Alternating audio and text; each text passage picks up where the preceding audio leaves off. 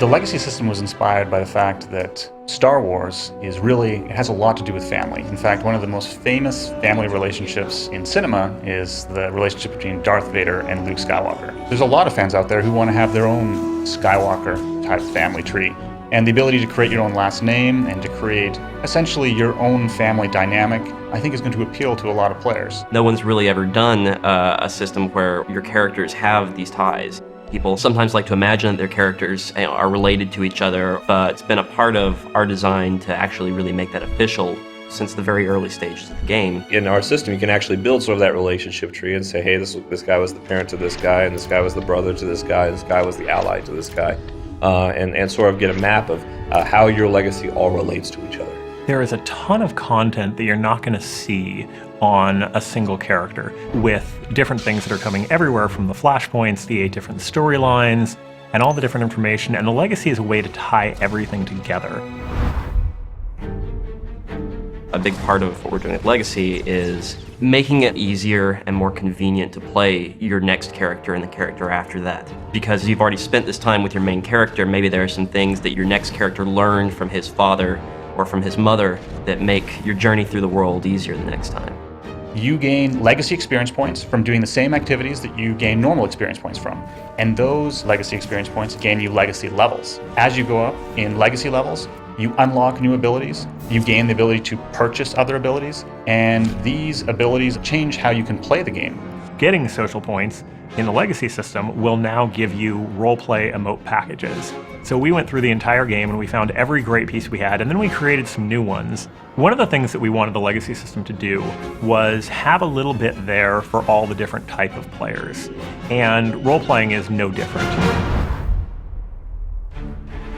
One of the most exciting things we're doing is species unlocks, which allow you, if you take a character to level 50 with a given species, then you'll be able to roll your next character as that species. So if you take a Sith Pureblood to level 50, you'll actually be able to roll a Sith Pureblood Smuggler or Jedi Knight, because your father was a Sith, and so even though your character's on the Republic side, he's a Sith Pureblood. We're doing that for every race and class combination.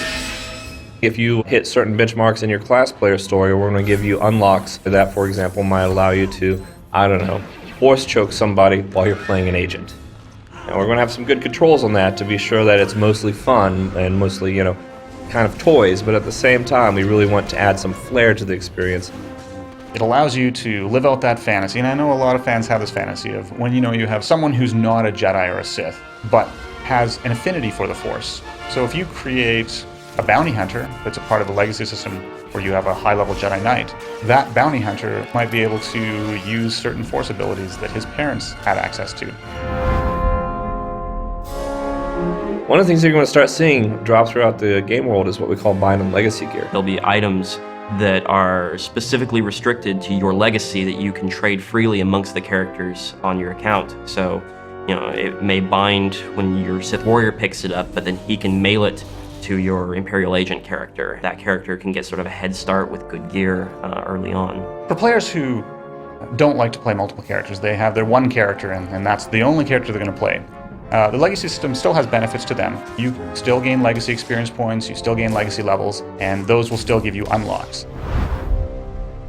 I think I'm most excited about getting to see what combinations of unlocks people get and seeing these characters out in the wild. I'm excited to see Sith Purebloods on the Republic side and Chiss Jedi Knights, and see what players come up with as their personal fictions for how this came about. We are constantly looking for ways to expand the legacy system, not only new abilities that we can have, just new ways that we can bring legacy into the whole system. So this next version of the legacy system you have is really just the beginning. The legacy system is something we're going to support for years. We have a team that's entirely focused on continuing to add new abilities, new perks, and some other secret stuff I can't really give details about right now. But suffice to say, you're going to see new stuff in the legacy system for many, many months to come.